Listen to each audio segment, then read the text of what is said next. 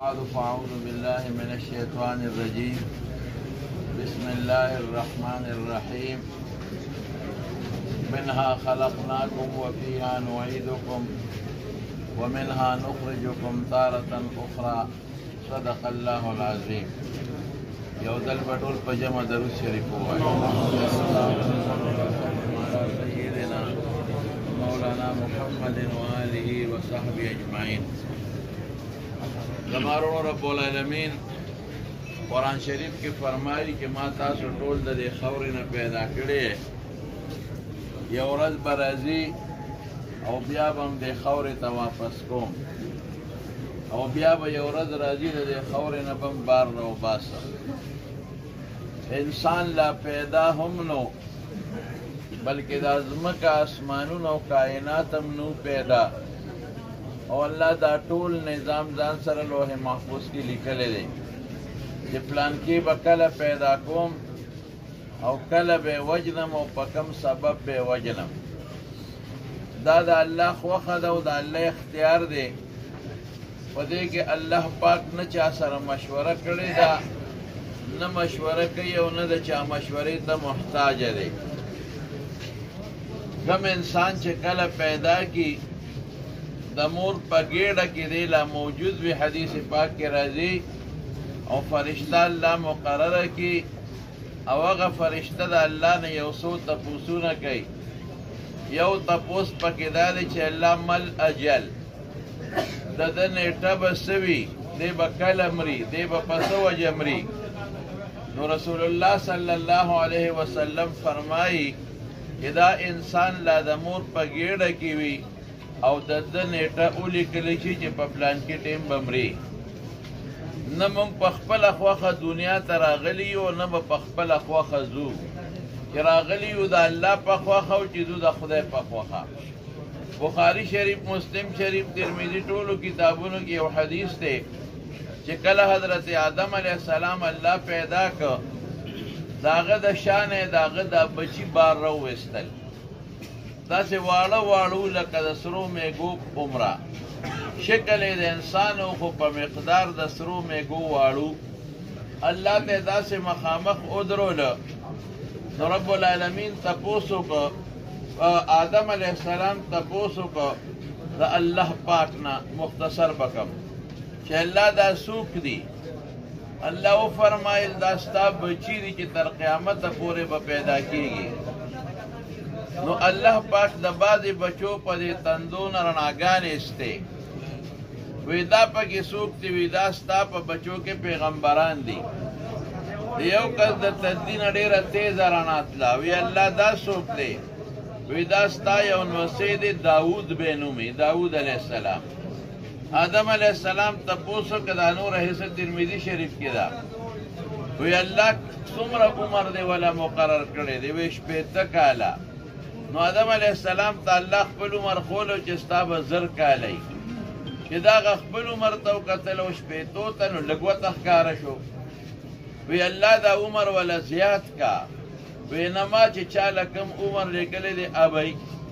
وی که زه وله د خپل عمر نه څه ورکم؟ وی انت وذاک، دا ستا ورځه خبره ده. خو که ته ورکې ګورې ستا به کمیږي. وی رب زده من عمری 40 سنة، الله زما د عمر نه 40 ځله ورکا.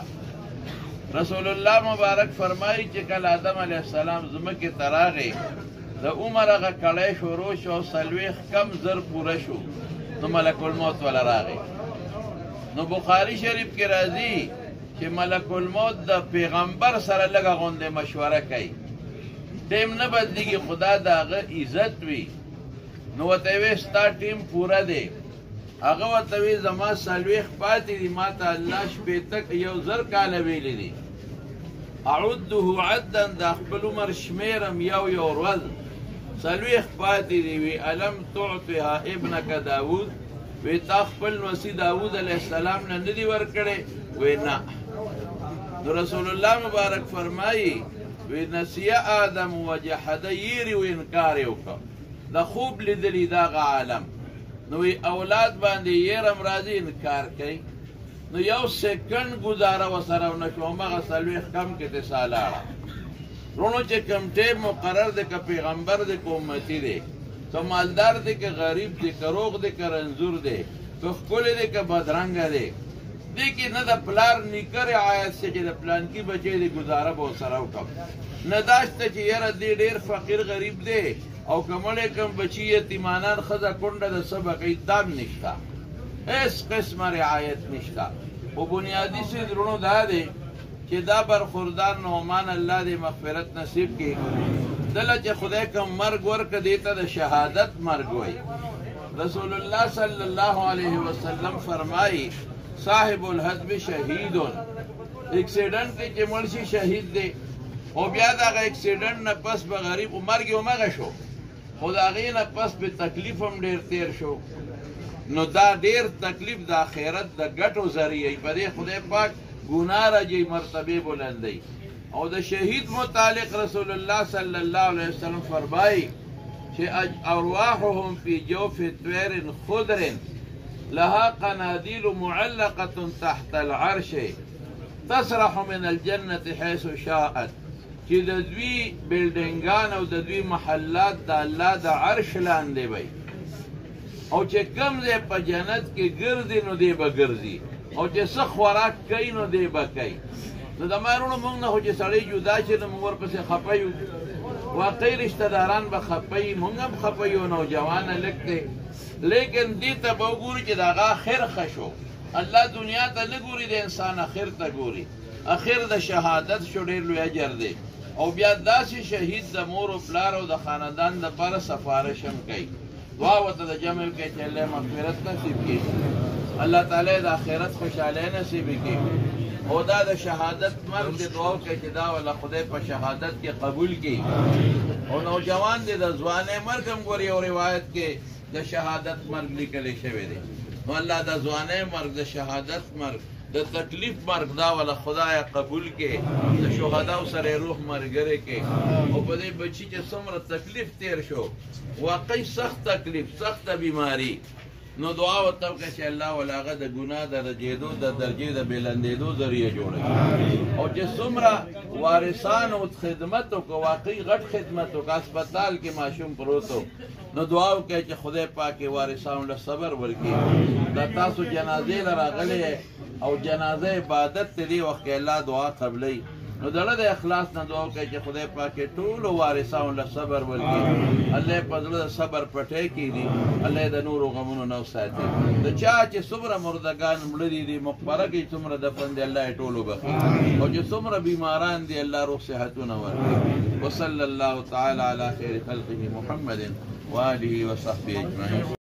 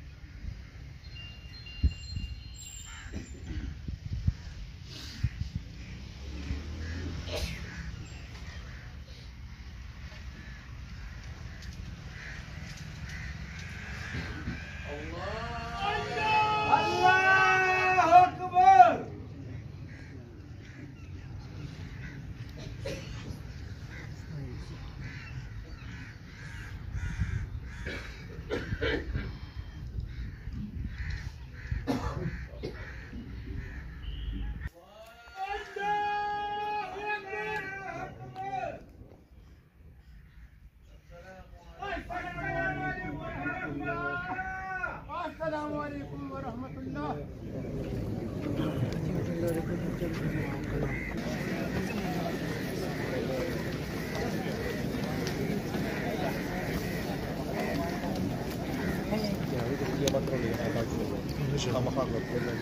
اما په دومره خارق په تاسو درولېګا خدا ته موقع وي موږ سره وخت نه پاره کوي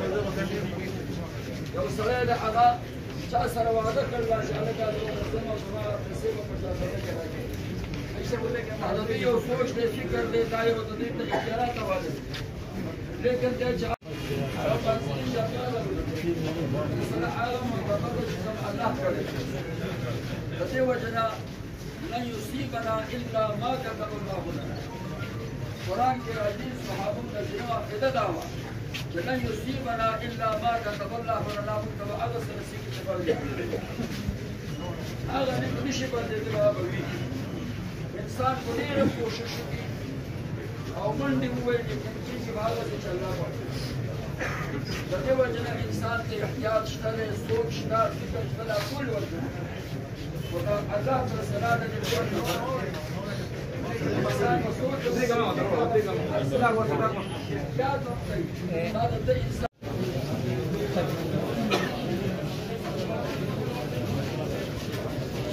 Gracias.